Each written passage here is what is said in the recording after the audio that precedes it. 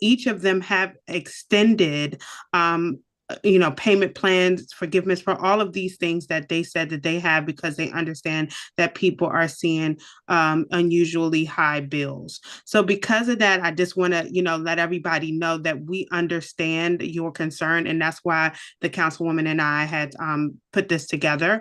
So I will turn it over to her, but we are not going to waste too much time with intros. We want to thank our state representatives for joining us and collaborating. And what we will do now is we're waiting, and we will give time, because today we want to spend less time talking and more from you, hearing from the presenters, each of the presenters today. Thank you. Thank you, Councilman Begay. Like she said, this is a town hall that we brought together because we heard you all loud and clear. And we have been impacted just the same, receiving bills that we've never seen these prices before.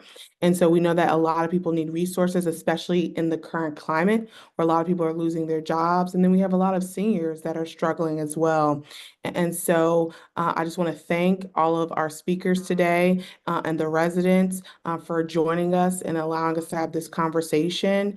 And also want to say that the council member, myself, also put forth a resolution trying to ask to have a moratorium on increases of utility prices, right? Because we understand that we can't keep seeing increases. So we're doing what we can, but we want to make sure you have the resources right now. So I will pass it back to either you, Walla, or our Senator.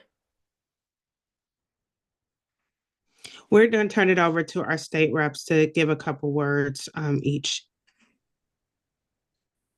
Good evening, everyone. As Councilwoman Blagay and Councilwoman Oriata stated, we want to be as brief as possible, but do want to thank you for taking the time for joining us on this evening. I'm Delegate Kent Roberson, representing District 25, which includes Clinton, Suitland, Upper Marlboro, Forestville, District Heights, Capitol Heights, and all those in between. And we appreciate that we were able to share those constituents with Councilwoman Blagay and Councilwoman Oriata and getting the word out. And we hope that you all take this information and share with your friends as well and colleagues on the importance of this issue. Senator Charles might not be on just yet, but on behalf of District 25 team, I see Delegate Roberts has also joined as well. We thank you all for partnering with us. Thank you for sharing the word. And if there's anything that our office can do here in the State House, as we are doing a 90-day legislative session, utility bills have been the top of the priority and top of mind for all of us up here.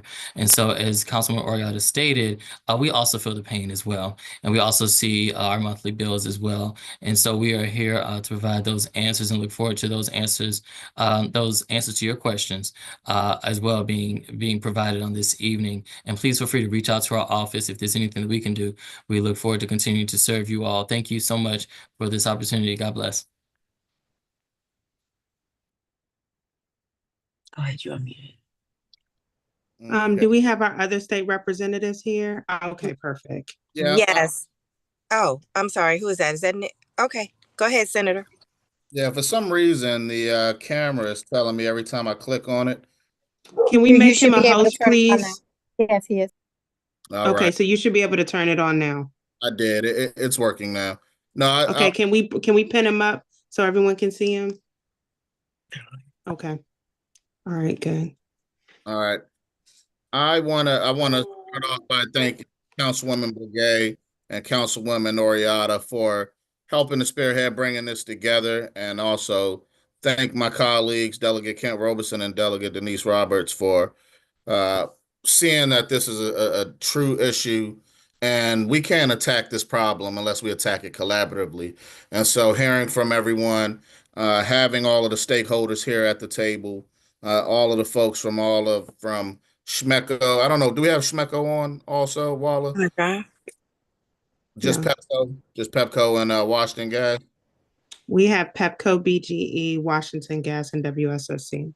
Okay. Yeah, so having these community partners here to address these major concerns and issues. So definitely we're not going to belabor the point. We're going to get straight to the business, which is hearing from everyone and then letting you all hear directly from the rate setters, and we can talk from there. I'll go ahead and pass it on to Delegate Denise Roberts and open up for her. Thank you, Senator, and thank you, everyone, for obviously attending this very important event. And I certainly want to, give thanks to our council members, Crystal Oriata, and my council member, Walla Blagay, for taking this on and bringing us all together for this very important issue. Just like to piggyback, just like what Councilman Orita said, every time I open up my Pepco bill, I'm a little shocked, and it's not easy. And it's not easy to read or to pay it. But what I can say is that we are definitely down here in Annapolis trying to work together and see how we can attack this issue from an Annapolis perspective. I know that in conversations with some of our legislators and leadership, we know that a part of the issue is the fact that there's going to be 11 plants closing in our state, and because which means that we will not be powering our own electricity. And so they are hard at work trying to figure out a different a solution for how we can help our residents. And I just, everybody is having a hard time, and everybody's having budgetary problems, and this is compacting, piling it on. And so we hear your concerns. Just know that we don't take it lightly, and we are feeling the heat, and we are trying to make sure that we are all able to work together to come up with a solution. And I will pass this on so that we can get on with the program. Thank you very much.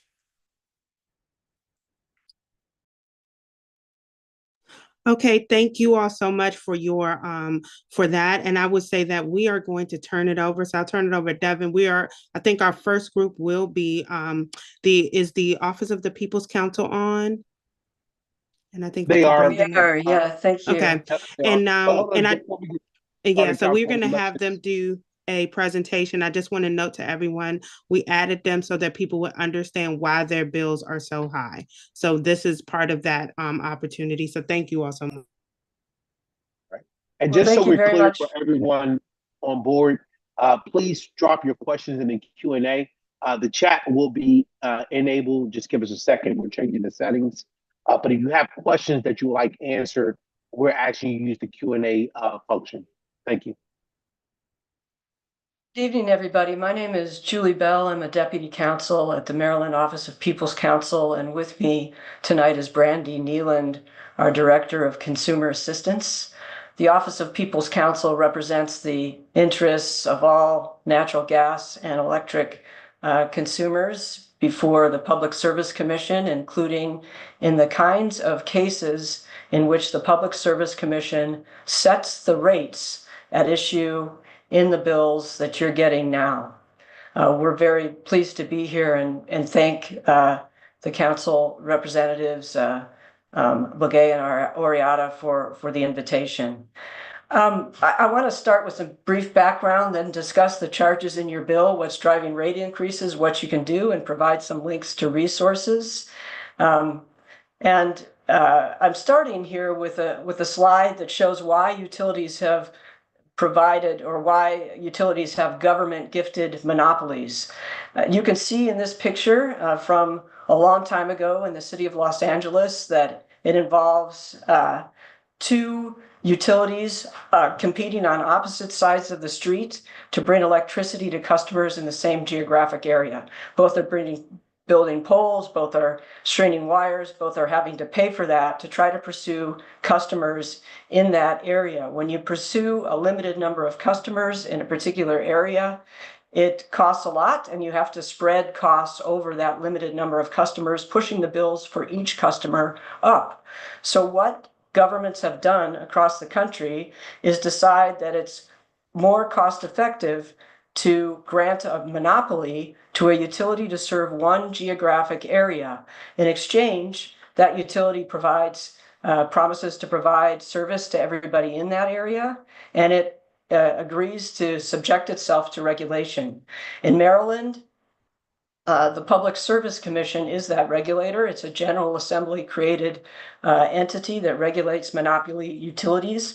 These are the utilities that set distribution rates. They're distribution utilities. They don't generate power. So what we're talking about tonight is rates set by distribution utilities, and that means the utilities that deliver the energy to your door, the gas through their pipes, the electricity through the wires. And the cases are initiated by utilities. They file an application to the Public Service Commission and ask for an increase in rates. And that leads to a rate case, as we call it, that uses evidence and expert testimony and cross-examination, just like you might see in Law and Order, only considerably less exciting. It's all about the numbers in these cases. And utilities have to demonstrate that their proposed rates are just and reasonable and that their expenditures are prudent. So the goal of these rate cases is to end up with a cost of service and end up with a rate that includes only the utility's cost of delivering the energy to you, as well as profit to reimburse it for raising money from investors. So the commission does both of these things. It determines what the cost of service is, and it determines what the appropriate profit is to attract shareholders' investment in the utility. So utilities then try to maximize those profits. And the way they do that is counterintuitive. They do it by spending on infrastructure that they use in distributing the energy to you, such as pipes for gas and wires for electric. The more they build, the more they make. So how do they deliver? How do they pass those costs along to you? How does the cost of service and the profit end up in your bill? Well, there's two primary kinds of charges in your bill: delivery and supply. A supply charge is the cost of the electricity or gas itself, and it's just a pass-through for the utility. Utilities don't profit on that. They pass that cost through, and the prices fluctuate based on market conditions. The other primary charge is a delivery charge, and these are the charges that are determined in a utility rate case that the utility comes to the commission to ask for, and through them you pay the cost of service and that profit. And there are two flavors of delivery charges. And when I say delivery, that's a synonym for distribution. Delivery or distribution, it's the same thing. So a distribution rate is one flavor of delivery charge, and that is calculated based on how much gas or electricity you use. It's by volume, or volumetric, as it's known. Then there's another component that's a fixed monthly customer charge. That's a flat fee that's the same month to month on your bill. This is the BGE bill. I'm going to go right by that because I've been given 10 minutes, and so the concepts are the same in the Pepco bill. I think most of you are Pepco customers. So I wanted to show you this bill. On the left side, you see a 2024 bill from an electric customer. On the right side, a 2025 bill. And if you can see my cursor up there, it's from January 13th to February 13th, 2024, over a period of 32 days. And the total amount that the customer used was 1,645 kilowatt hours. That's how the volume of electricity is calculated. There's an arrow here to something called an energy charge, and that's what Pepco lists on its bill as the distribution charge or the delivery charge. That's the distribution charge, and you can see that you figure out what that is by multiplying your kilowatt hour usage by the rate set by the Public Service Commission, which was 3.9 plus cents in 2024. And in 2025, it was, looking on the right side of the bill, 4.7 or so cents. You can see here that this customer paid $65.58 for those distribution charges in 2024, plus a customer charge of $8.22. So their total charge was around $73.80 or something like that for those two charges. That is the primary chunk of the total delivery charge in the bill. And on the right side, you can again see same concept. But what's interesting about this bill is that in 2025, in the winter, even though this person used less, see that 1,641 kilowatt hours up there on the very right-hand side over 34 days, they still paid more in 2025 than in 2024 for that wintertime monthly period. So what's going on here? I'm going to go ahead and pass the Washington Gas bill example that we have in the slides. You can look at those later when you get copies of these slides sent to you. Why is your bill so much higher this winter? Well, it's colder than it has been in recent years. I think you'll hear more about that from the utilities. Increased gas and electric supply prices. This is the pass-through amount for gas and electricity itself that the utility doesn't profit on. And lastly, the thing that OPC concentrates the most on these days, because it's what the utilities come to the Public Service Commission to ask for, delivery rate increases. So what is driving these delivery rate increases? Well, two things, and that OPC believes are sort of behind the big infrastructure spending, the pursuit of building more that utilities are pursuing. You can see some of that infrastructure spending in our reports on our website. I won't get into that here, but I'll briefly just identify a concept here that both of these things, the STRIDE law passed by the General Assembly in 2013 and multi-year rate plans, which the Public Service Commission began using in 2020, allow the utilities to collect faster rate payments from you. So in STRIDE, it allows a utility to collect the cost of infrastructure from you as soon as they begin carrying out the projects that they're building.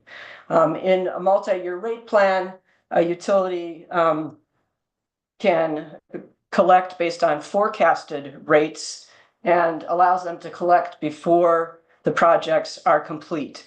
So both of these things have spurred utilities to find ways to charge more quickly. They're accelerated reimbursement. I'll leave it there and move on to the next slide here. So we are in rate reports on our website. We sort of documented what we think the impacts of this are.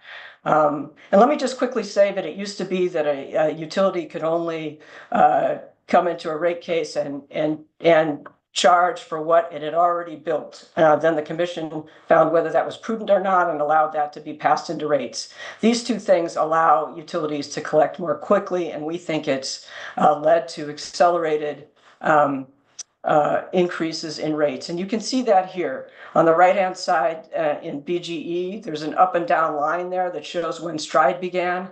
There's another up and down line that shows when multi-year rate plans began. And you can see that BGE's costs are well exceeding the rate of inflation, which is the yellow line here. In contrast, Washington Gas, which hasn't been as successful with its STRIDE program, is basically tracking the rate of inflation over the years. This is BGE's electric distribution rate, again showing that start of the multi-year rate plan and the fact that distribution rates have been going up, that's the blue line, for years and exceeding the rate of inflation for years. Compare with Potomac Edison, which does not have a multi-year rate plan, and its rates are below the rate of inflation. Same concept here with the Pepco rate exceeding the rate of inflation for a number of years. I wanted to quickly show you this. This is delivery plus supply charges for gas utilities. If you're a BGE gas customer, you may be asking, how come my bill suddenly went up? Well, it hasn't actually suddenly gone up, but here's what's happening here. Supply costs are in the light blue line at the top of the chart there. That shows the price for gas. That's the supply cost component of your overall bill. The dark blue lines show the delivery costs. And you can see that delivery costs have gone up over time, but that increase has been masked as supply costs dipped after 2008. What you're feeling now, we believe at OPC, is the culmination of many years of distribution rate increases that are only now coming fully into light because supply costs have also gone up and it's gotten cold. The low supply costs are no longer masking the high distribution costs. So what can you do to lower your bill? Weatherize, watch your thermostat, check your usage, check into financial assistance programs we have some links at the end of these slides that will get you to our Get Help page, where we have many resources to help you apply for assistance and many other things. What can your community do? We suggest you file complaints with the PSC telling them about your high bills. That is not going to result in a change in your bill unless it was incorrectly calculated. But we think the PSC needs to hear directly from ratepayers about this. And look into the Ratepayer Protection Act that puts guardrails on STRIDE, the law that I was telling you about, to help slow the increases in gas bills that we think are a result in part of STRIDE. You can also participate in rate case public hearings. We post information on rate case public comment hearings on our website. Lastly, here's some resources for you. These are clickable links in the slides that you'll get. There aren't a lot of links here, but these links lead to many other links. The Utility Rates and Basics page gives a lot more information and background on the things that I just talked about. And the Get Help page is a great place to start for all of these things, including information on filing a complaint. Again, we really appreciate the invitation to be here tonight. And Brandy Nealand and I are available for questions. Thank you. Thank you so much. We want to know, what they're doing, we're going to make sure all the presentations are given out. Now, I will say that we will move on with the next presentation. There was a question about infrastructure bill for Maryland utilities, but would you know anything about that? If Biden's, do you know anything about that? Yes, that's in the last slide there, the Ratepayer Protection Act. And it's, I believe it's, I just took down my slides, but I believe it's House Bill 419. And that we hope leads to a slowing in, it doesn't eliminate STRIDE, but leads to a slowing in those infrastructure spending by utilities, by requiring them to, do things like looking at repair of pipes first before wholesale replacing the pipes in a whole neighborhood, for example. Okay, all right. And so I think what we will do, we do think that this is very technical. We are going to make sure that the information that's been provided is given to everyone. There was a question about how does PJM play a role in the rates? Can you answer that quickly? PJM is the regional transmission organization, and it brings rate increases requests to the Federal Energy Regulatory Commission. These are transmission rates, and so those transmission rates ultimately end up in your bill. But there is lots of information about PJM and what we think are some problems in the PJM market on the OPC website. If you go to our press releases and publications, you'll see information there giving you background on PJM, how it works, and what some of the problems in the market are. Okay. And one last question I want to make sure everyone understands. When the Public Service Commission approves a rate increase, is there anything that what do they have to consider? Just making sure people understand that what it takes for the actual approval of the rate increase. Well, they're very lengthy litigated cases over many days and actually months before the Public Service Commission and our larger companies. And the companies actually have to submit all sorts of information about what they're building, what they're spending, and why. We have experts that review those filings, as do the Public Service Commission's technical staff and others. And we put expert testimony on about why we think they don't deserve that much money, and the utilities put expert testimony on stating why they believe they do, and the Public Service Commission then tries to does make a determination about what it thinks based on all that evidence, hundreds and hundreds of pages of evidence, thousands of lines of projects. Ultimately, the commission decides what it thinks a just and reasonable rate is. Okay. Councilmember Bugay, can I ask one question? Just for you. Thank you. Just want to understand, because you talked about the shift of like how at one point it wasn't allowed to like like forecast, for example, or charge before a project was finished. What was exactly was the change that allowed that, and what would need to change it back? So two things that we highlighted in our slides and very briefly went by, but one was the 2013 law known as STRIDE that the legislature passed. That law allows accelerated reimbursement for gas infrastructure projects. And so there's a process before the Public Service Commission. Utilities propose projects, the Public Service Commission makes an initial determination about whether it thinks they're reasonable. And then once it does that, the utilities can immediately charge a surcharge in customer rates to help pay for those projects as they're being implemented. That was a change, didn't exist before. That is what House Bill 419 aims to temper. So that utilities aren't building wholesale projects, ripping up the street in entire neighborhoods, but instead are taking a more focused approach, perhaps looking at repair first and considering alternatives. So that was one thing, the 2013 STRIDE law. The other thing is multi-year rate plans, which the Public Service Commission initiated as what's known as an alternative form of rate making. The idea initially was that they would supposedly create more transparency. So that people could tell more about what utilities were spending.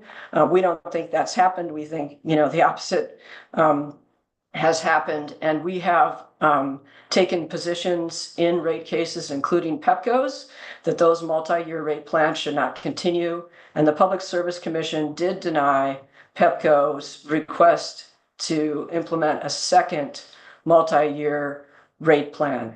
So in terms of what it will take to turn that around, one is just litigating before the Public Service Commission, and another may be advocating before the legislature. Thank you. Thank you. Any other questions, Councilwoman? No, that's it. Thank you.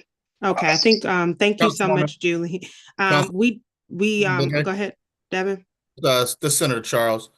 Okay. I just wanted to piggyback off of what Julie just mentioned about advocating to the legislature, since we are here, and I want you to expound more so that the folks can understand when you tell them to advocate, what's some of the things that they can do with us. Well, I think one thing is to support the currently pending House Bill 419, the Ratepayer Protection Act, sponsored by Embry. That we think is a key thing. There's another piece of legislation currently pending before the legislature that would require more transparency into voting at the PJM. We think the utilities have lots of influence at PJM, and that certain votes are not publicly available. That bill would change that. I'm trying to think of some other bills that are there are many bills currently before the legislature. I think the other thing I guess I'll mention is that there's a lot of discussion lately about concern that we are not energy self-sufficient within the state of Maryland. We think that there are many things that are wrong with the PJM market, and we talk about them on our website in detail. But one of the things that the 13 state plus the District of Columbia region for PJM has allowed is for energy to be brought into the state based on what rates are lowest. So we think that, being cautious about coming to the conclusion that we need to build more energy, more generation within the state, just, based on a conclusion that we need to be self-sufficient within the borders of Maryland is something that we need to be cautious about. The reason a 13-state region exists is because, in part, working together to provide energy across state borders can be less expensive for ratepayers than insisting it all be built here at home. And I appreciate you all, but we have to move on. We are already at 7:36. So thank you so much. We're going to bring Pepco up. We do ask for any questions that people please keep them to more general questions. Pepco will provide you with details on how to get in touch with them about their particular program. But any questions we would ask to be very general, so that they can have it. Is Mr. Ruffin giving a presentation? I am. Good Okay. evening. Can you hear me, council member? Yep, I can hear you. So I'm going to jump off and then let you take over. All right, very good. Let me share my screen and get our presentation up, and then I'll get started. Thanks for your patience.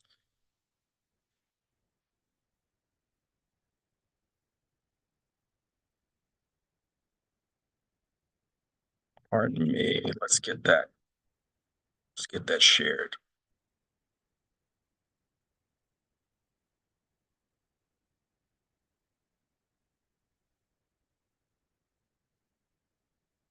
Just when you want to get your presentation up, it happens, right? Give me 1 second.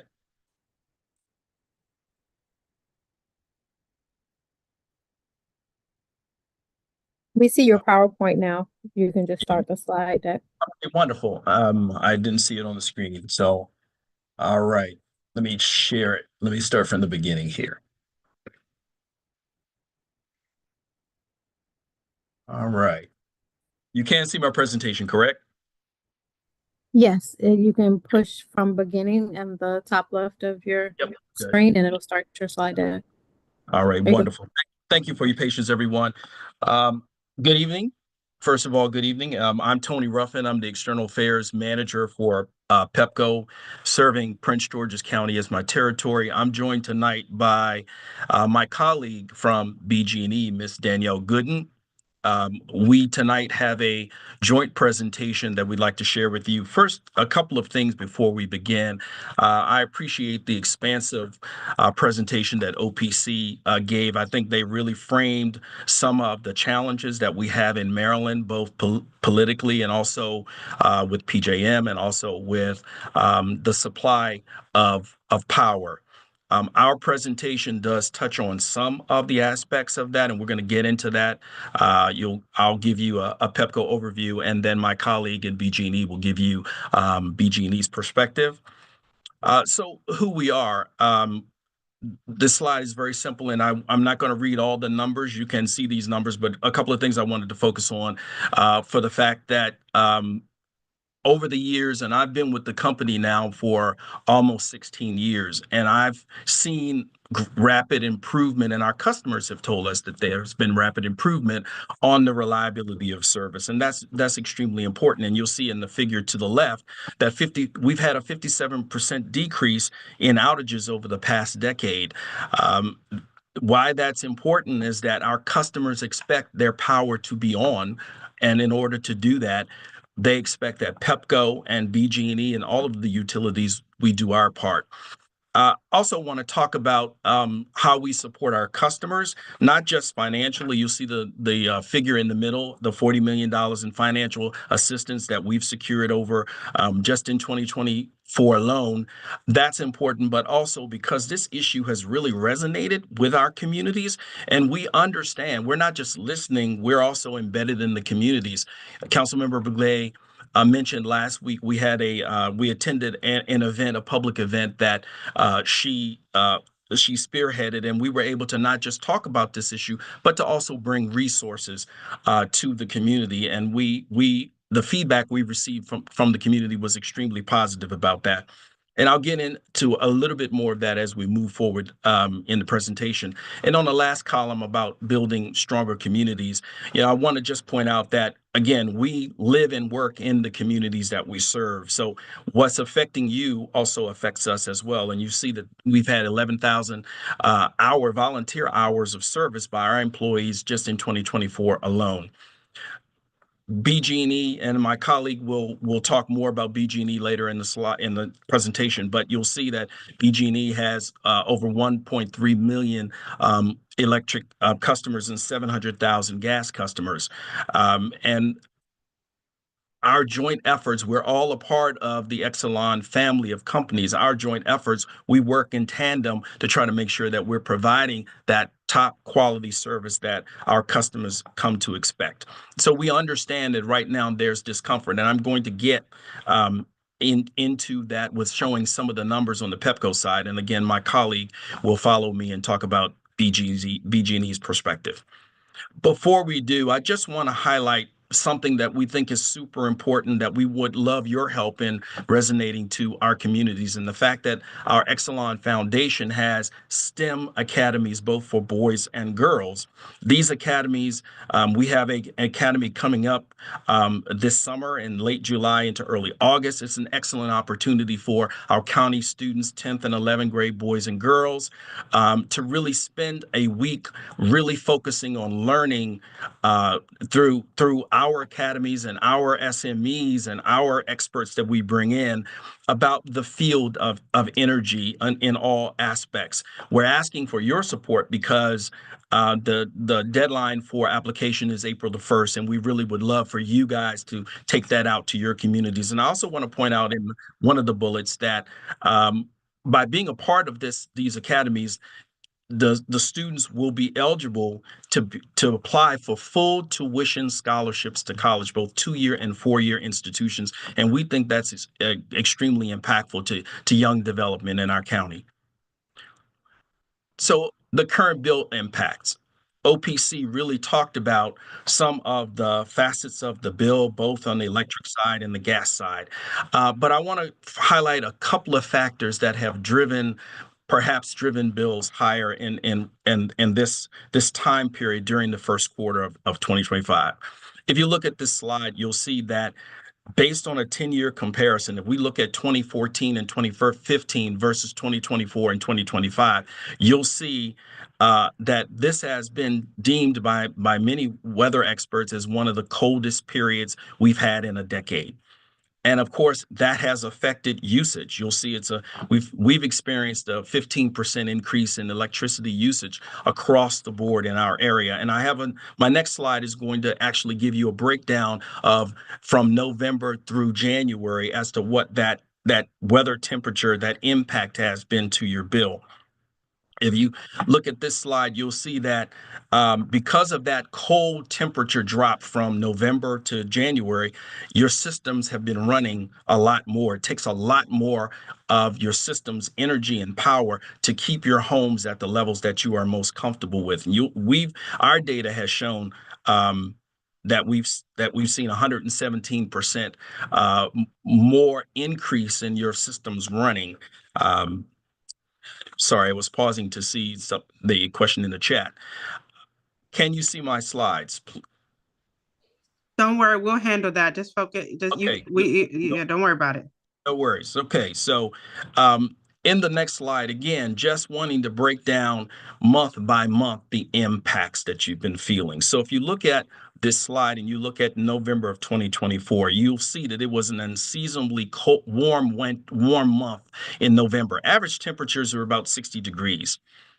1 month later, the temperature dropped exponentially, became extremely cold, average temperature above 40 degrees.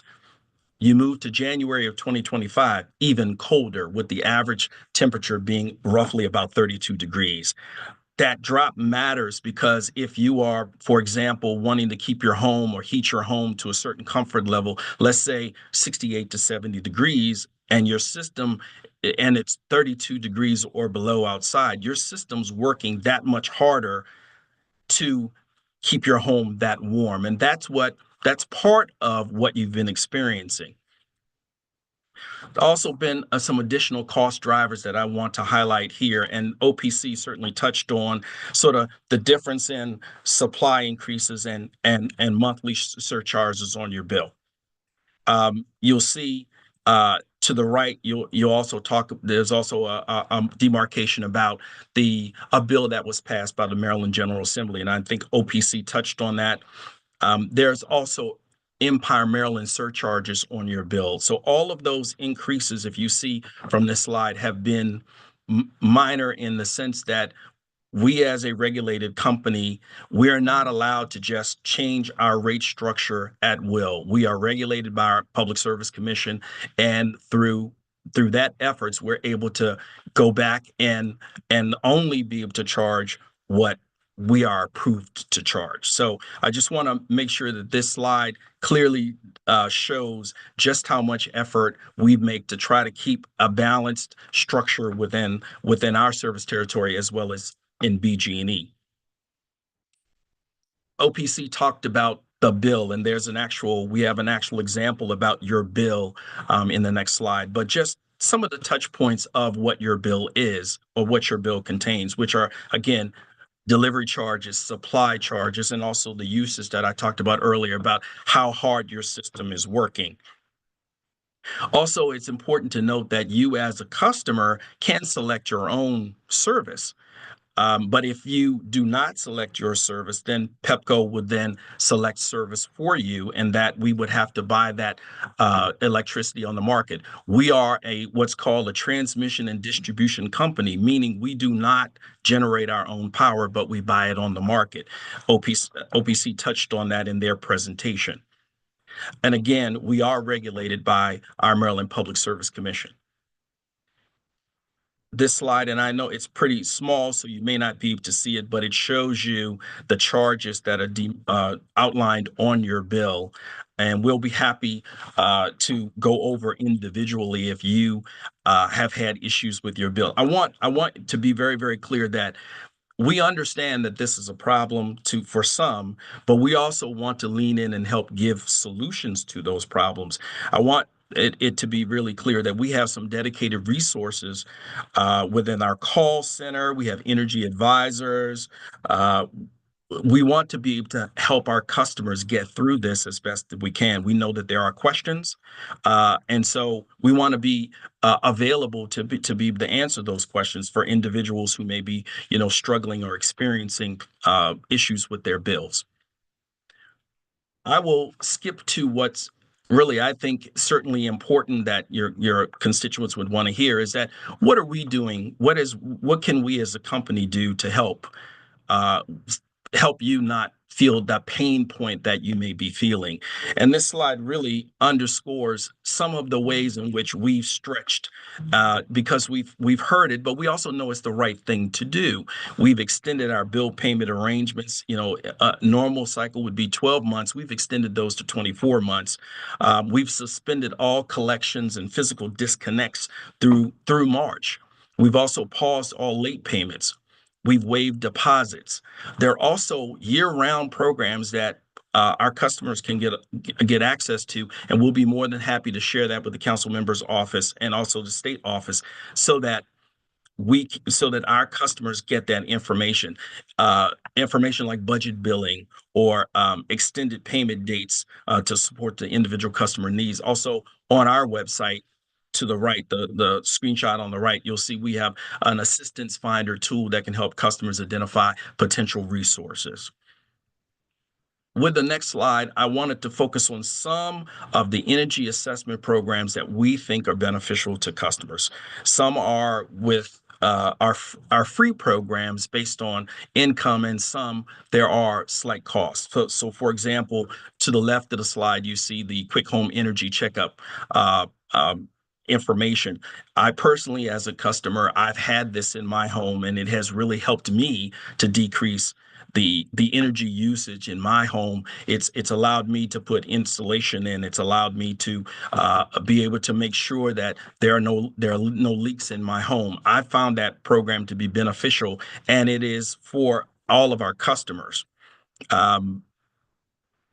With the next slide, those customers who may not be limited income, but who would still want to benefit from some of these programs, you'll see on the left, the Moderate Income Home Performance Program. And basically, if you look at, for example, a family of four with a top income of almost $125,000, you can still be a part of these programs and only pay a nominal fee to be a part of those programs. So I think it's super important to make sure that there are alternatives. There are things out there that both Pepco and BG&E do to to help our customers in these trying times. And certainly this is, again, as I said, has been an impactful winter that we want to make sure that we try to get our customers through to the next cycle.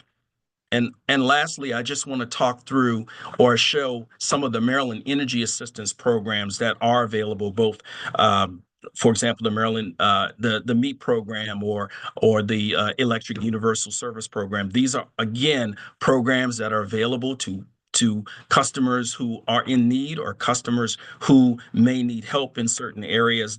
All of these programs are available, and again, we will provide those to the council's office and the staff appropriately.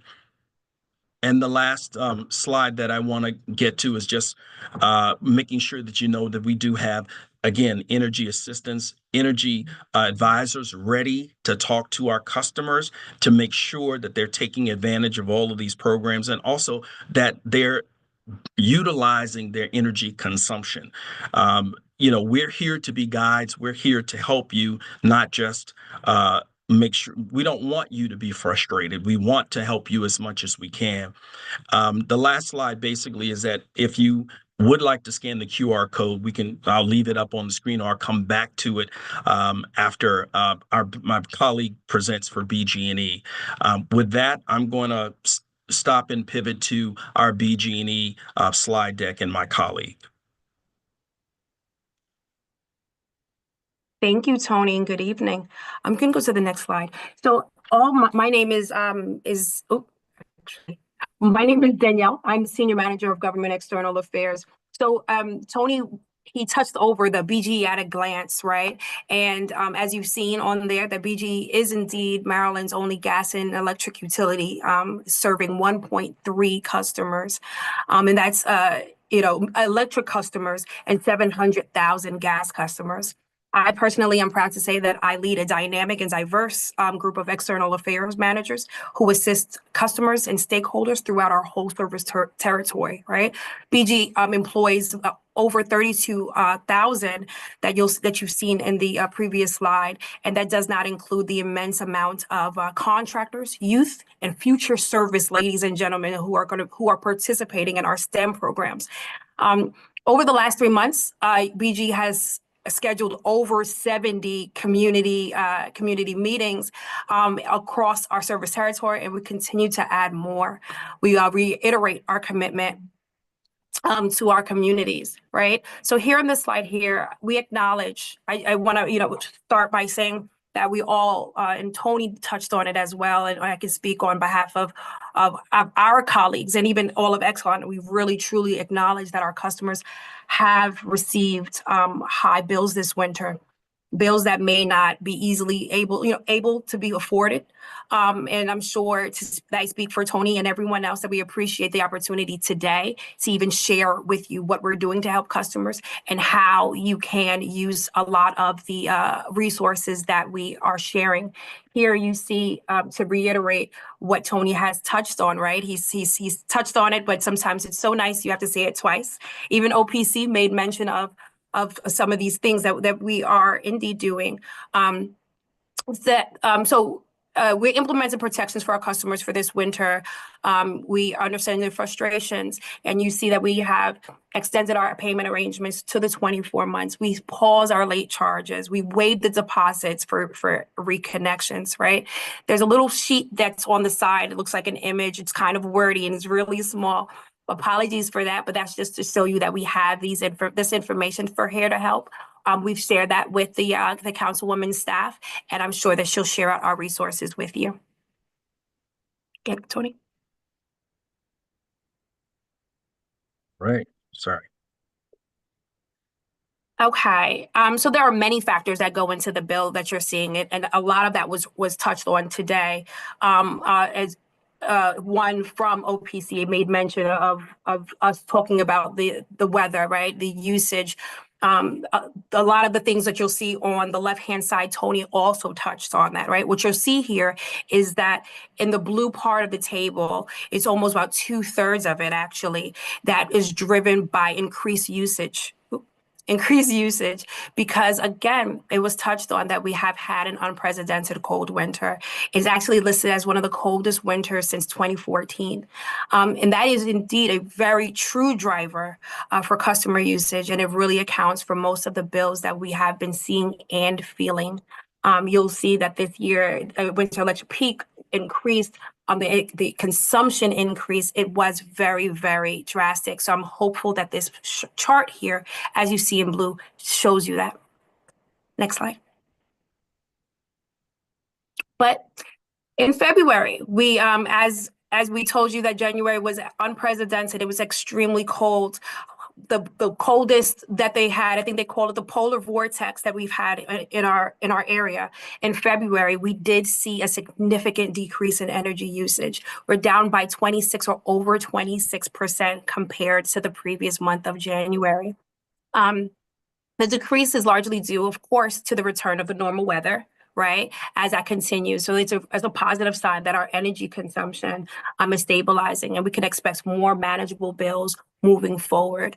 And I think that is what we're going towards. But we're still going to give you all of the resources that we shared earlier, because we understand that there's going to be a little bit of a back pay from those previous bills.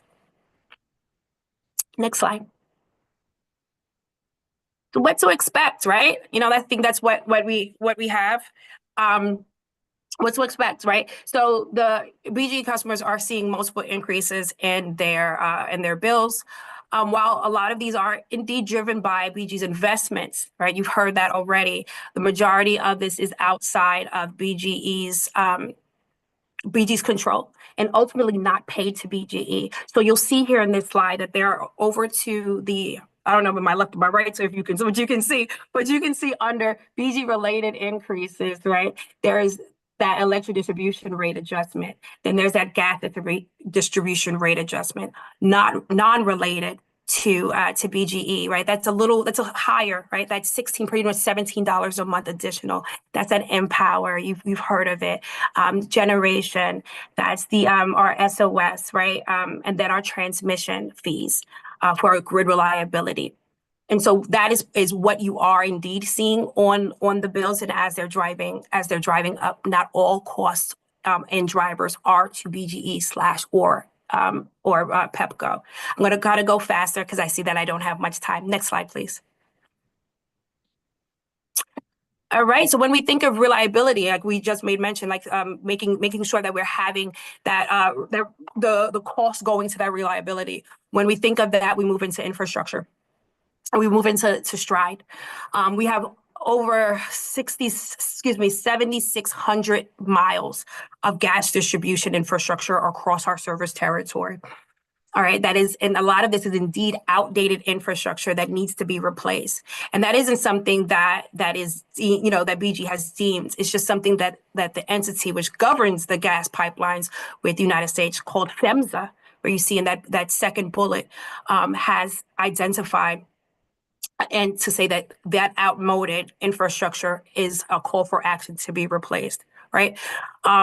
And so Julie from OPC actually said it earlier. She used the word caution. I'm not really sure where she used it, but that word is very important, caution, right? We are about safety. We are about reliability. This is very important. That call to action, originally called in 2011, it was continued to reinforce, and not only to reinforce, but incentivize to make sure that we were able to replace that needed infrastructure, excuse me. Next. I promise I'm coming home. I saw the note saying that I only got like 30 seconds. Okay, so all right, so we at Stride.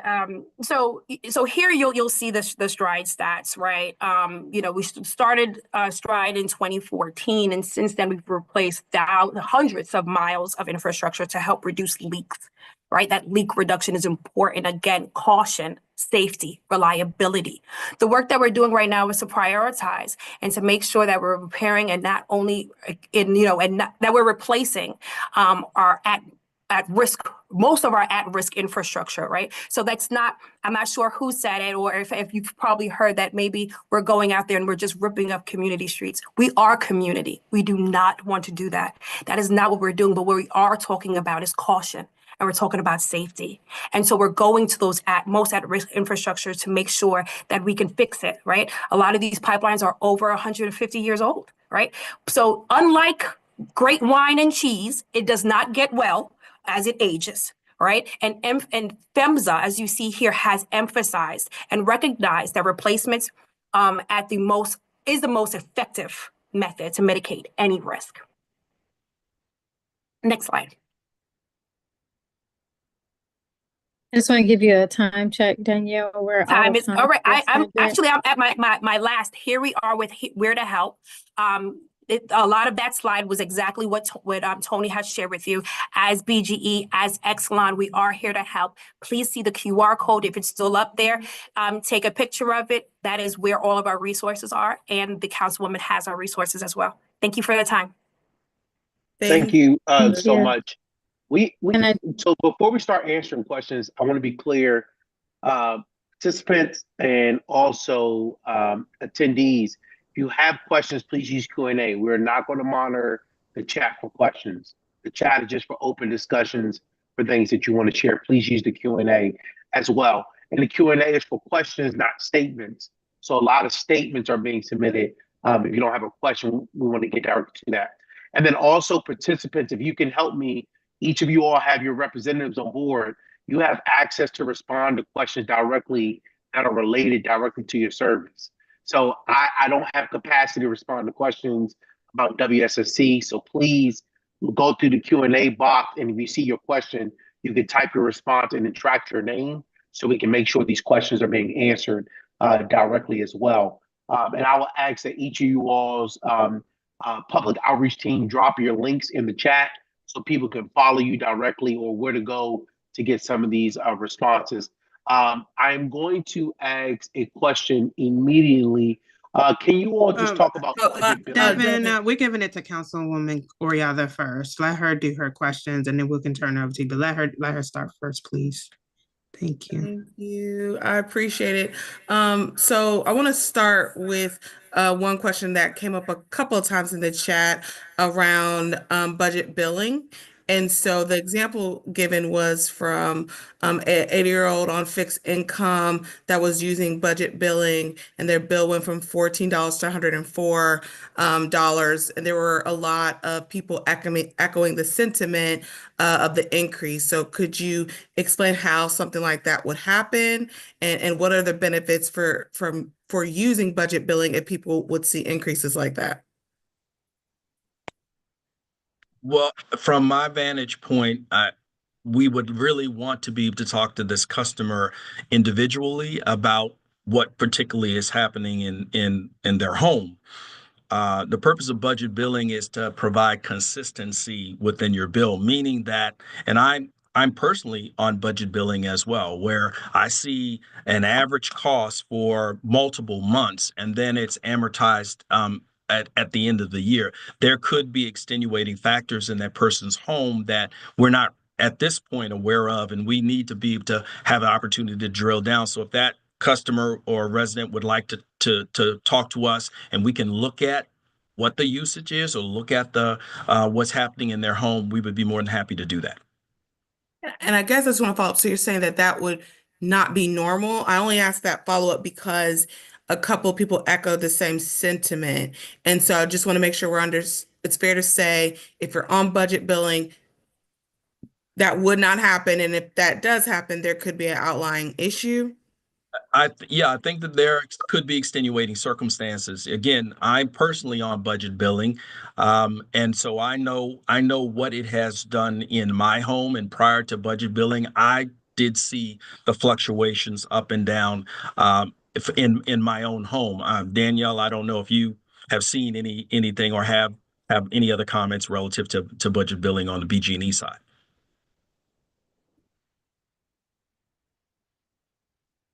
I echo Tony. I think that if you were to send message over with the address or account number, we can look into that. I'm not saying that it is normal, but it is definitely alarming. Thank you. Another question was just trying to better understand the resources available. Some people, I guess, feel from the question that when they look at resources available, that their utilities have to be cut off, on the verge of being cut off to actually qualify. And so could you just speak to the resources you have available to assist people that might not be if their utilities are being cut off? Well, I think for the in the initial part of the presentation, we talked about the available resources that we would be happy to share with particular customers. We are not disconnecting residents at this point. And we've been very upfront about that. So if there's, again, an individual customer that feels that they are in danger or that they want more guidance about how they can interface with Pepco or BG&E, again, we are more than happy to connect with that customer individually. We talked about our energy advisors that are available to the customer. So we'd be happy to follow up with that person. Thank you. There was a question around a 5% increase earlier this year. The question didn't talk about that was flat, so I don't know if you can speak to if you all did have a flat increase of 5% earlier this year. Sorry, or if that might be someone's particular bill. That 5% was not Pepco. Okay, so that was not Pepco. Thank you. And for that person who asked that question, if you could let us know who you're referencing that had the 5% increase, that would be helpful. And Devin, I'm trying to go through the chat. Yeah, Devin, did you want to ask your question? Was it something that wasn't answered so that we can make sure, because we are. Yeah, I think we had Carlos with his hand up. There was also a question about an SOS provider, a Pepco charge or something like that. Are you familiar with that, Tony? The SOS, the standard offer service charge? Mm-hmm. Yes. What it is? Yeah, can you speak to that? We had a question related to that. What was the question? They were asking what is the SOS charge for Pepco? So what it is that, again, as I said earlier in the presentation, customers can choose their own electric service, their own service. And if they do not make that choice, then Pepco would then provide energy through acquisition on the market to customers. So if a customer wants to have their own choice, solar, something like that, they can certainly, seek that out. Okay, great. And then one part that we know is multiple different reasons, but just speak very briefly about some of the plant closures that we have experienced, particularly in our region, and how those decisions really come by. We got to say a lot of it is politics and interest weighing in on pressure on that. But if you just want to address that, we got two questions about plant closures, and is that related to the cost of electricity provided? And I don't know if Danny, if you want to take that one first.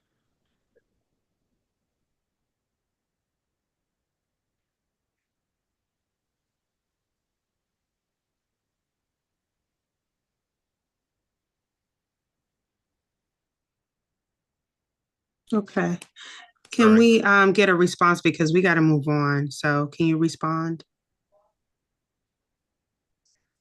Tony, if you're not able to respond, you're muted. Then you're muted if you're trying to talk. Again, as I mentioned earlier in the presentation, Pepco in particular is a transmission and distribution company, which means we do not generate any power. We don't own generation.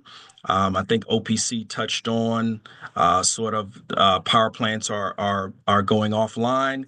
I know that BG&E and Pepco and one of our other sister utilities were working on a scale project called the Brandon Shores project because that power plant is going offline, and we as utilities under Exelon have to come up with ways to be able to provide the power that our customers still need, regardless of the power plants. I think OPC touched on the political aspects of Maryland not producing enough generation, and so that's something that I know is in the talk in the legislation as well.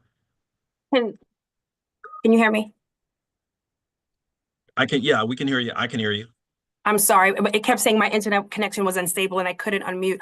But Tony, you're absolutely right. I'm so sorry. Yes, you know, the Brain Assurance power plant that Tony made mention initially set to close at the end of I believe this year as part of Maryland's efforts for transition for away from coal.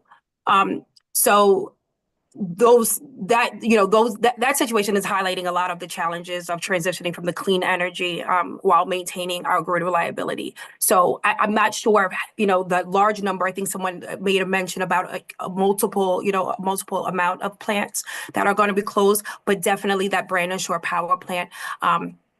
That closure, especially with the PJM interconnection, as the grid operator, is proposing to kind of keep it open until at least 2028.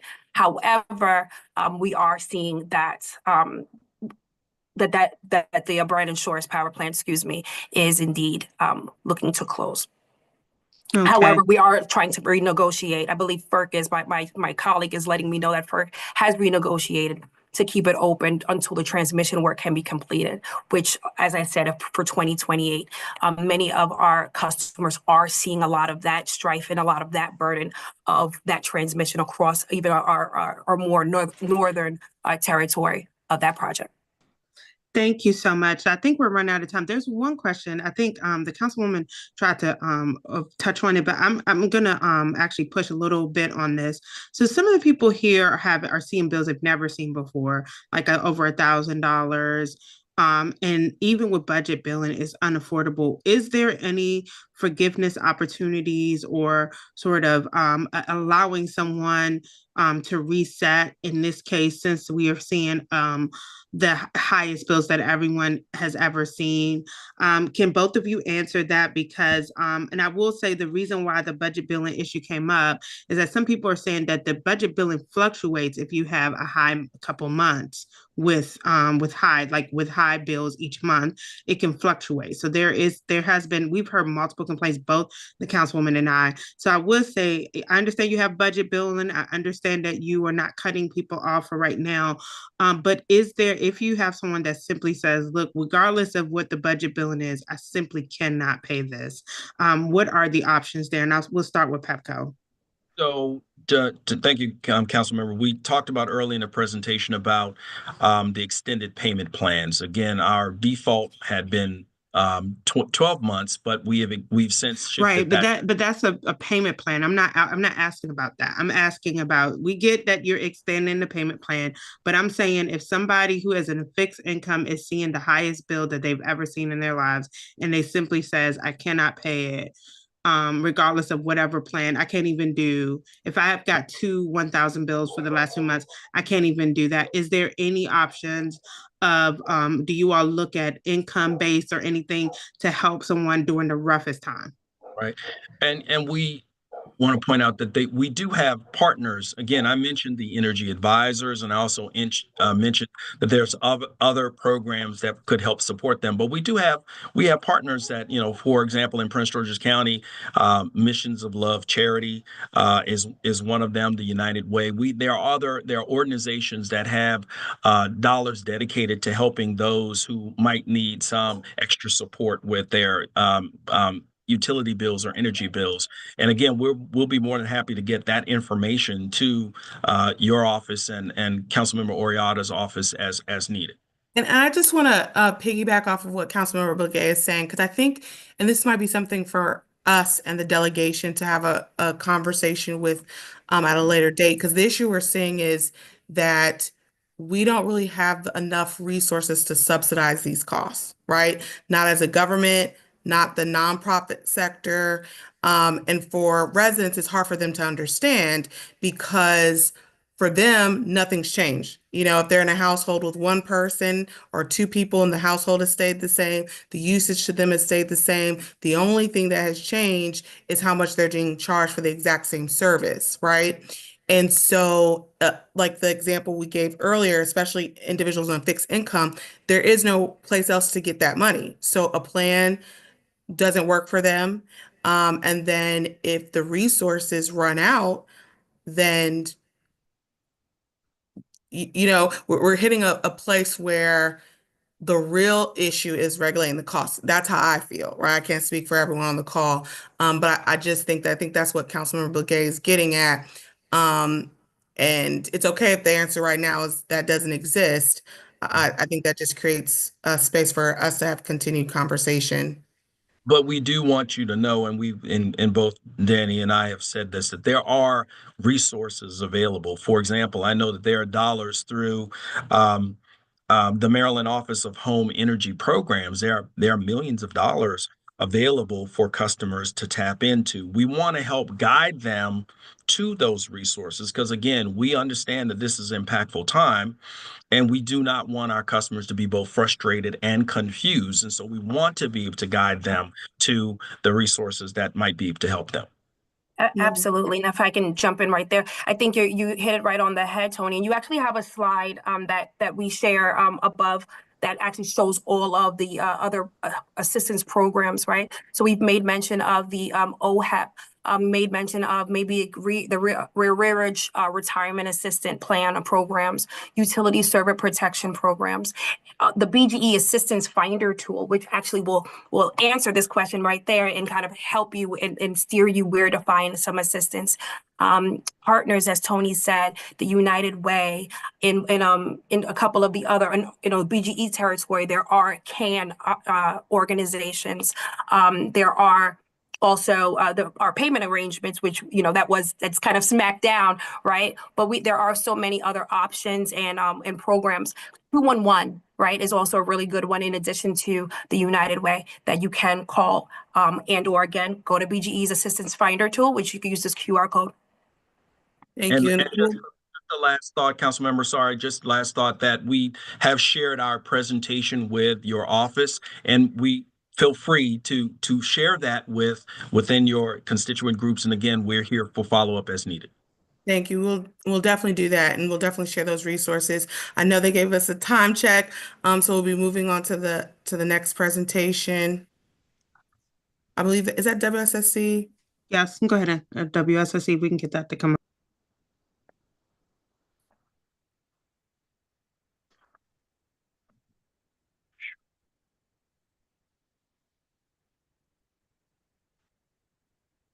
Well, good evening, everyone.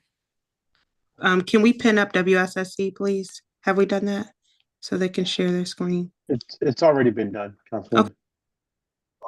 All right. Good evening, everyone. I'm going to share my screen. Give me one moment.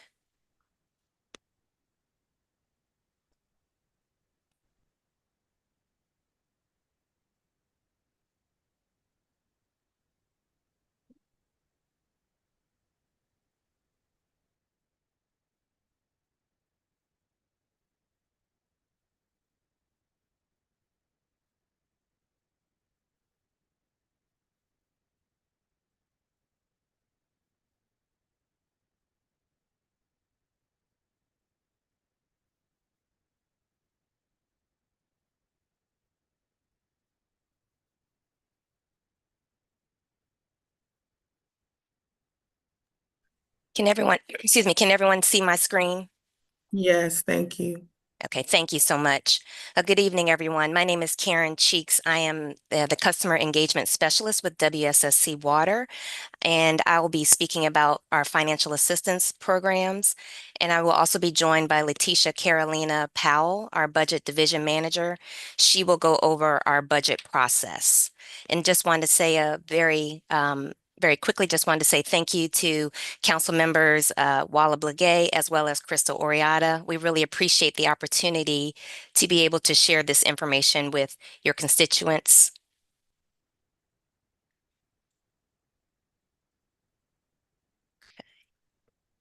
All right, so before I jump into the financial assistance information, just want to give a very quick overview about WSSC Water. We have 106 years of no drinking water quality violations ever. We have a platinum peak performance recognition for wastewater treatment and resource recovery excellence. WSSC Water is the 8th largest combined water and wastewater utility in the United States, and we serve 1.9 million residents in Montgomery and Prince George's counties. And one quick thing just want to mention as well, about 40 to 45% of the WSSC Water employees also live in one of the counties. And so we are definitely ingrained in the community. All right. So if you happen to have questions about your water bill or about your water service, we highly encourage you to reach out to our customer service center, and you can reach our call center advisors at 301-206-4001. If you prefer email, you're welcome to send an email to customer service at wsscwater.com. And if you'd like to receive alerts about WSSC water-related incidents, you can certainly sign up for our customer notification system at wsscwater.com/CNS. And if you happen to come across any type of water or sewer emergency, we definitely want to encourage you, if you see something, please do say something. We encourage you to reach out to our Emergency Services Center by phone at 301-206-4002. Please know that our Emergency Service Center is available 24 hours a day, 7 days a week. You may also email the Emergency Services as well at emergencycallcenter@wsscwater.com. And then lastly, if you happen to have our mobile app, which you can download through the App Store, the Apple App Store or Google Play, you can certainly report a water or sewer emergency at that point in time. So next I'm going to go into our water assistance programs that we have available for customers who may need some assistance with paying their water bill. All of these programs are available on our website, which you can see at wsscwater.com/assistance. But I am going to highlight 4 of those programs this evening. I saw Okay. it. Hang on a second. Okay. All right. So the first one that I'll mention is Promise. We have a partnership with Promise, which allows our customers to sign up for an affordable, flexible, and interest-free payment plan. Customers with a past due balance of $50 or more are eligible to certainly do that. Next, I'll mention our Customer Assistance Program, which we refer to the acronym as CAP. And CAP assists approved residential customers by waiving fixed fees, providing annual free leak investigations, and much more. And I will be going more in depth on CAP in the next slide. Next, we have our Water Fund, which was established in 1994 by WSSC Water employees, and eligible customers can access the Water Fund multiple times, up to $500 per year. The Water Fund is administered by our third-party administrator, which is the Salvation Army. However, customers can apply for that. Again, any of these QR codes that you see on the screen, you can get to these programs directly. And lastly, I will mention PIPE ER, which is the Pipe Emergency Replacement Program. And this program provides a loan up to $10,000 to finance the repair, replacement, or diagnostics of sewer or water on property service lines. And our WSSC Federal Credit Union administers PIPE ER. If you've ever seen an underground leak or had an underground leak at your home, they can be quite expensive to repair. And so this loan program certainly assists with that. It used to be $5,000, but as of July 1, 2024, it was increased based on feedback we were receiving from customers. So next, I do want to go a little bit deeper into the Customer Assistance Program. This program offers waivers, and so we are able to waive permanent waiver of late fees. The Bay Restoration Fund, which is for the state of Maryland, it waives the $60 annual fee. This program provides exemptions, so customers are able to have up to $225 waived per year for the ready-to-serve charges. And so those are the 2 fixed fees that you see on each bill. Next, we have bill adjustments. So all of WSSC Water customers can actually receive a bill adjustment. They have to meet eligibility, the eligibility requirements. So the bill has to meet certain criteria. And if so, every customer can receive a high bill adjustment where 50% of the excess is removed. However, customers who are enrolled in the CAP program, if they happen to have a high bill and the bill meets the criteria, we can remove 100% of the excess water and sewer charges for up to 2 billing cycles. And this adjustment can be applied once every 3 years. The other thing is that 50%, there's a 50% discount on small water meter turn-ons. And then with the payment plans, all customers are able to do a payment plan up to 36 months. Our CAP customers are able to extend it up to 48 months if necessary. And customers enrolled in the CAP program are eligible to have a free leak investigation where a field service technician would come out to check their home for leaks that are on the property. A new enhancement that we have made available, or a new benefit that we've made available for customers enrolled in CAP, is the CAP Leak Repair Program. We just launched this the very end of February, and so we have a partnership with Habitat for Humanity Metro Maryland to help CAP enrolled customers repair on-property residential plumbing leaks that may be contributing to high bills. Eligible customers can receive up to $9,000 per year in plumbing repair services. So CAP customers, these are the ones who are eligible for this leak repair program. So of course, they must be a WSSC Water customer. They have to be enrolled in CAP at the time that they are alerting us to the potential leaks at the property. And they also have to be the homeowner and reside at the property.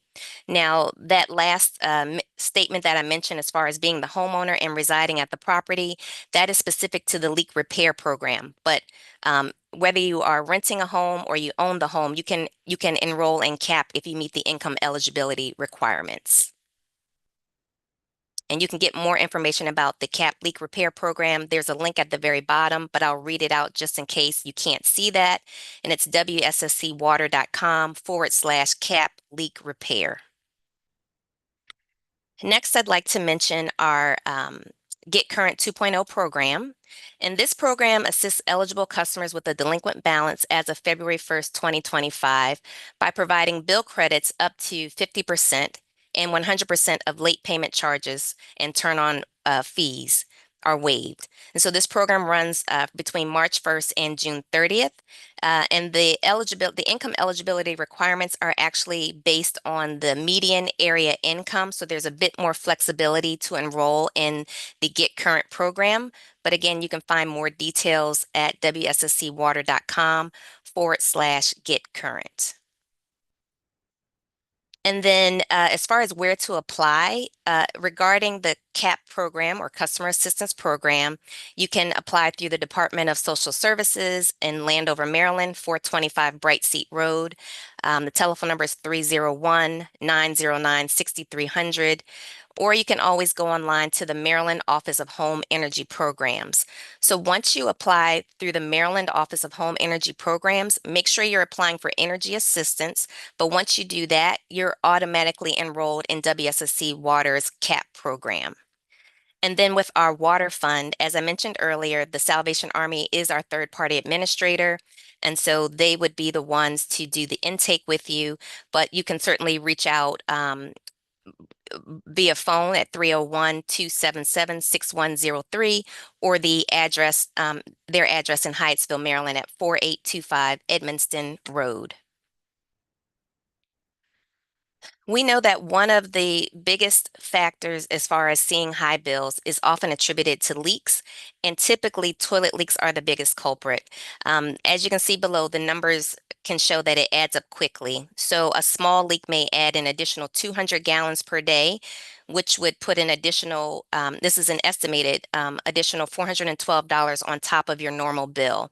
And then of course, as the leak increases, so if it may go from a small to a medium to a large leak, you're obviously going to see the usage increase and the dollars increase as well, which is part of the reason that we do have that CAP leak repair program, because we know that one of the biggest determining factors of high bills comes from leaks. And so just want to also share a video with you to underscore that point. Toilet leaks.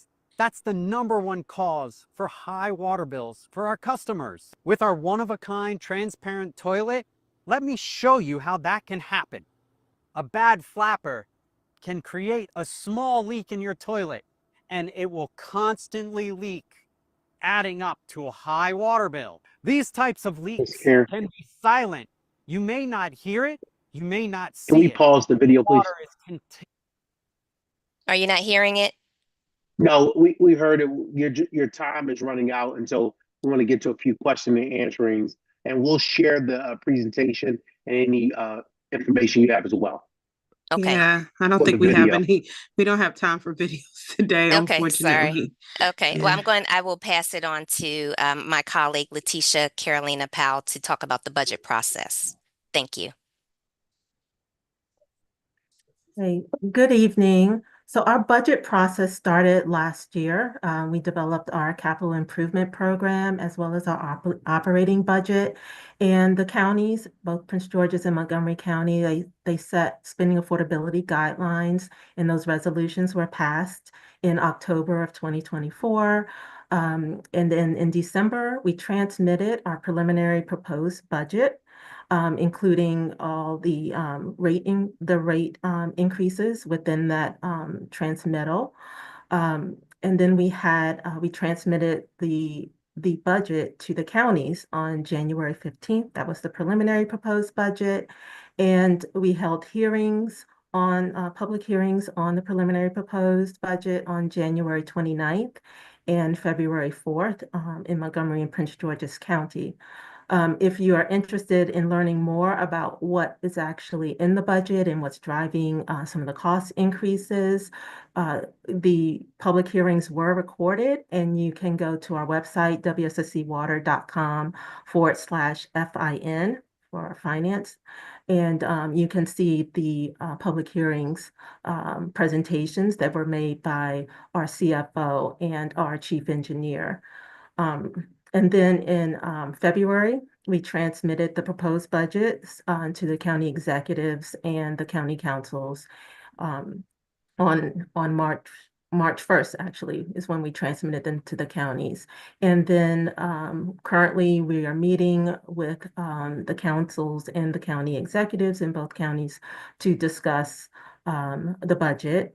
And then there is a bi-county meeting with both county councils on May 8th, where the budget will be discussed and approved by the counties. And then in June, they have to make their approval by June 1st, and then on June 18th, our commissioners are scheduled to approve or adopt the budget and the rates. Next slide. And so this slide shows the bill at a glance, and it represents a typical customer using 145 gallons a day. That's approximately 48 gallons per day per person. And the average home in our area is about a 3-person household. So if you happen to have more people in your home, or you have a 3-person household that uses more or less, your bill would vary from these examples. But based on the revenue enhancements that are in the budget, a person using 145 gallons per day would see their quarterly bill go from $269 for the 3 months to about $296 during the next fiscal year. And that equates to about $8.80 per month. We don't have monthly billing yet. There are a few customers who do, but that is something that we do plan to do in the future. And any questions?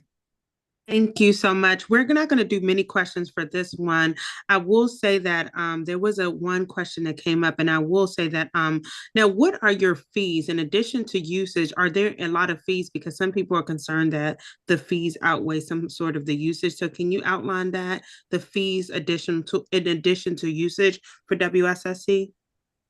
There's the infrastructure investment fee and the account maintenance fee. So whether or not a person uses water, we have to be ready to serve. So when they turn on the tap, there's water there for them to use. So the ready to serve charges cover things like customer service billing, meter replacements, and things around the customer. And then we have the infrastructure investment fee, which covers, I'll say, debt service. So we issue a lot of debt because the infrastructure is very expensive. So we can't afford to pay for infrastructure repairs or replacements all in 1 year. So we borrow money and we pay it back over 30 years. But a portion, the infrastructure investment fee goes to pay a portion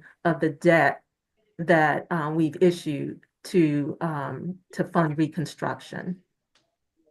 And Councilmember, I had one question. It came up at a community meeting, and I promised to ask it. There was an issue where a resident had an issue, like a backup issue, and pipes burst, and there was like sewage in their basement, over $20,000 worth of work. And they had to wait forever for someone to come out. And they were just told that there was one person to service the entire county at certain hours. I just wanted to understand, is that accurate? For like emergency cases, is there just one person to service?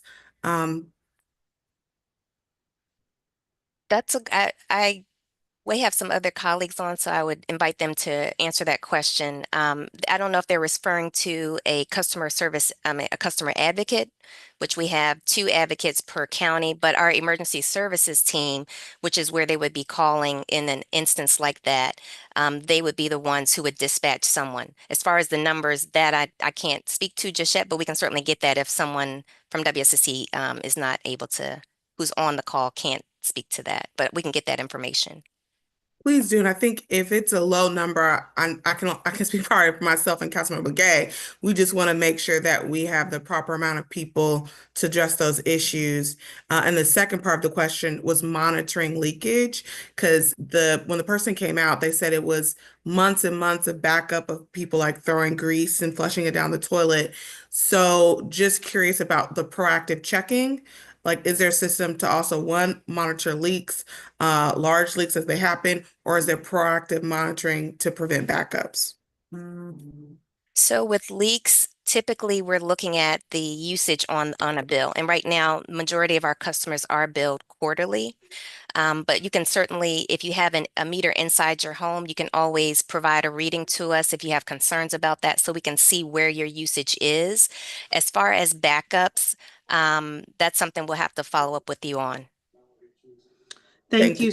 Thank you so much. And we're going to move on to Washington Gas. I do want to ask the last question. If people are seeing, I've seen an increase of water main breaks and things like that. How do they easily report that? Like, can we just end with that and make sure you all put that in the chat for everyone to see? Because we've seen an increase of that. I know in my district, there's a lot of water main breaks that seem to be happening. Absolutely. We'll definitely put that in the chat. It does go to our emergency services crew, though. So we'll put that in the chat. There's a number, an email, as well as the mobile app that we mentioned, but we'll drop that in the chat for you all. All right. Thank you so much. Now we're going to bring up Washington Gas. Thank you all so much for being patient. I know some people were ready to, we're starting to see our drop off, and we were supposed to be over by now. So we are asking now if Washington Gas can come up. And so that's our last presentation for tonight. Good evening, everyone. Thank you to the delegation for having me this evening. My name is Dominique Branch, and I am the outreach lead for Prince George's County. or for the state of Maryland, really, with Washington Gas, and I've been with the company for 23 years.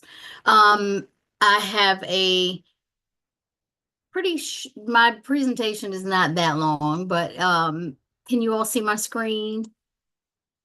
Oh, no. Can you share it? Yep, I had shared and didn't hit share. Can you see it now? Yep, go ahead. You can present. Yeah, we see your PowerPoint. Just start the slide deck. Okay. Again, Dominique Branch with Washington Gas and the Community Engagement Department.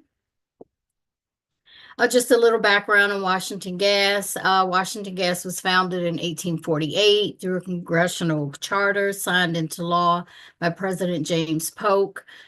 We just celebrated our 175th anniversary in 2003. Today, Washington Gas provides safe, reliable energy to more than 1.2 million customers across our territory, which is the District of Columbia, Maryland, and Virginia. The company has been providing energy to residents, commercial, and industrial customers for over 175 years. Washington Gas currently provides energy to nearly 500,000 residents and businesses across the state of Maryland. Safety is our number one priority. We remind residents and customers and the general public that if they smell natural gas or if they have emergencies involving natural gas, to please leave the area immediately and call 911 or our Washington Gas leak line. I have here just on the screen just some energy saving tips to save money and improve the comfort of your home. Service your furnace and air conditioner. Set your water heater to 120 degrees. Match your pots and stove burners when cooking. People don't realize that it makes a huge difference. If you've got a small pot on the big burner, it's using more energy. So it's better to put the small pot on the small burner. Check your refrigerator and remove lint from your dryer before using if you have a gas dryer. A few more energy efficiency tips: preparing your furnace for the winter months, replace the air filters, vet your vents, schedule an annual furnace tune-up, upgrade to a high efficiency furnace, and practice safety first.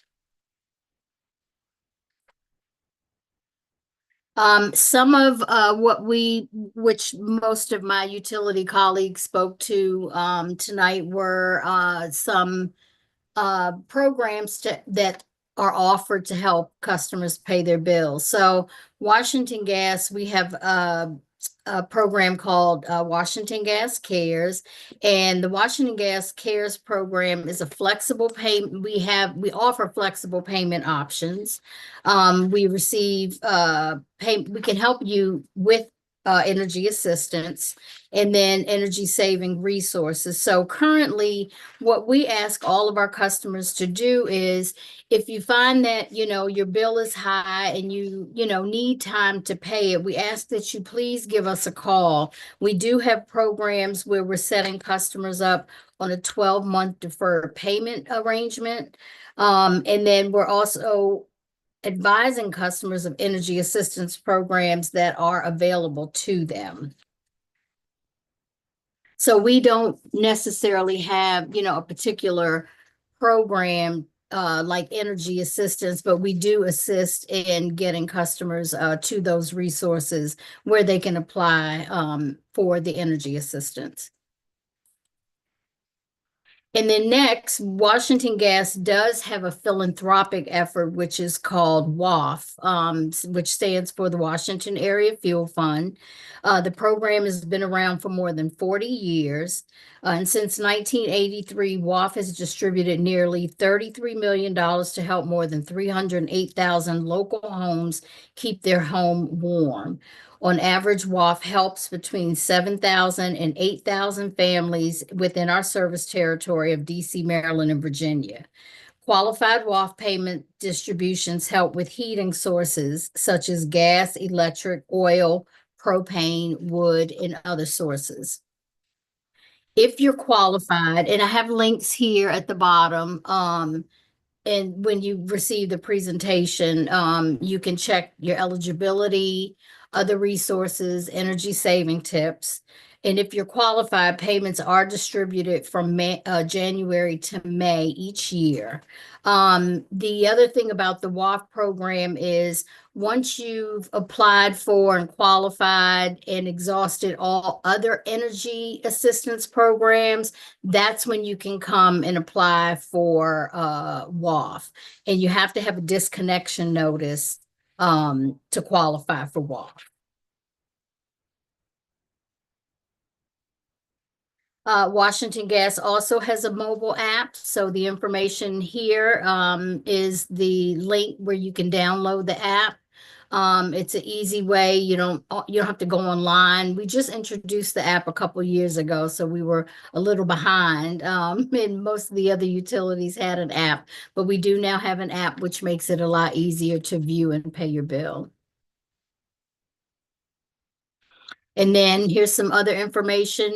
Years ago, Washington Gas had where you were able to pay your bill in cash at certain providers, and we did bring that back a few years ago. So you now can pay your bill in cash at 7-Eleven, CVS, Ace Cash Express, Family Dollar, and Casey's.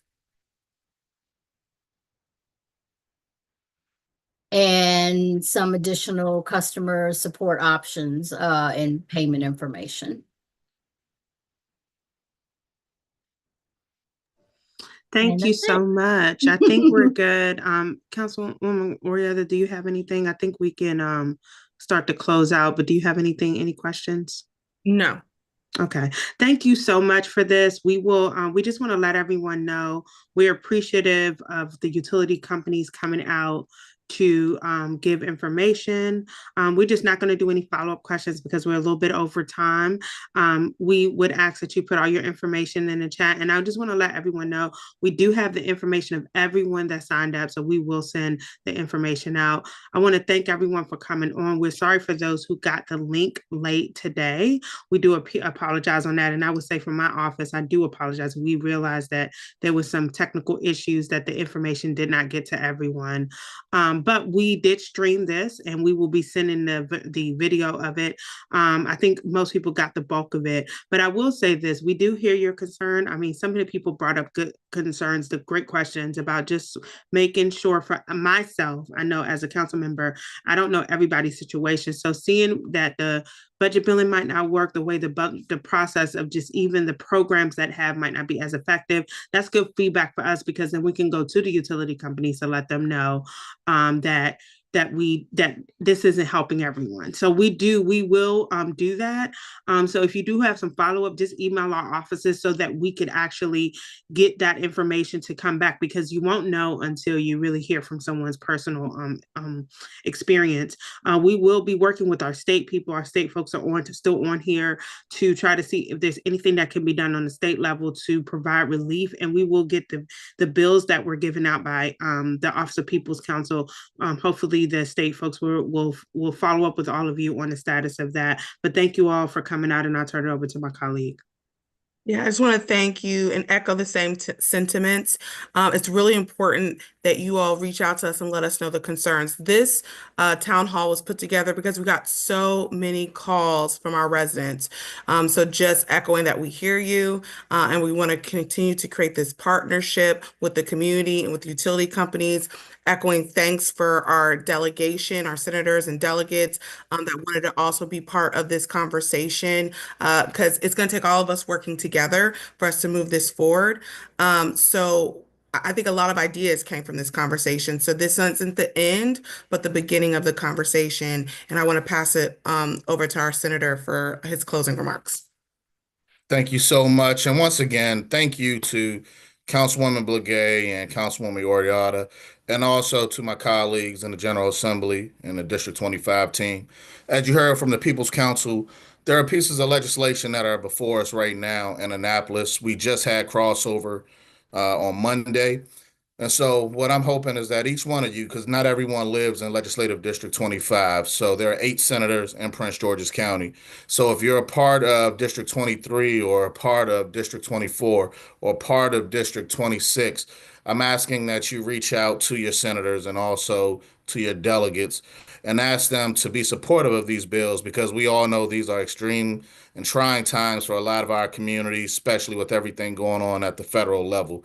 But once again, like I say, we can't do anything unless we do it together. And hearing all of your cries, we are hearing you loud and clear, and we're doing what we can do at the state level, working with all of the proper people and bringing in the county council members all at the table as well. So thank you all so much, and I'm looking forward to hearing from you. We will be moving to support these bills as they come over here to the Senate from the House. All right, and do any of the delegates want to have any closing words? I apologize. I couldn't. Can you hear me? Sorry, Councilwoman. Thank you so much. I just really want to thank you, Councilwoman Blagay and Councilwoman Ariata, for the partnership, Senator Charles and Delegate Roberts also. Just the opportunity to partner and just to bring this issue to our community so they can get their questions answered. And we pray that if your questions were not answered, that you please reach out to our offices, which we've shared the information in the chat. We look forward to following up with you all, along with our partners at WSSC, Pepco, Washington Gas, and BG&E. Thank you once again for the time. We appreciate you all and your efforts.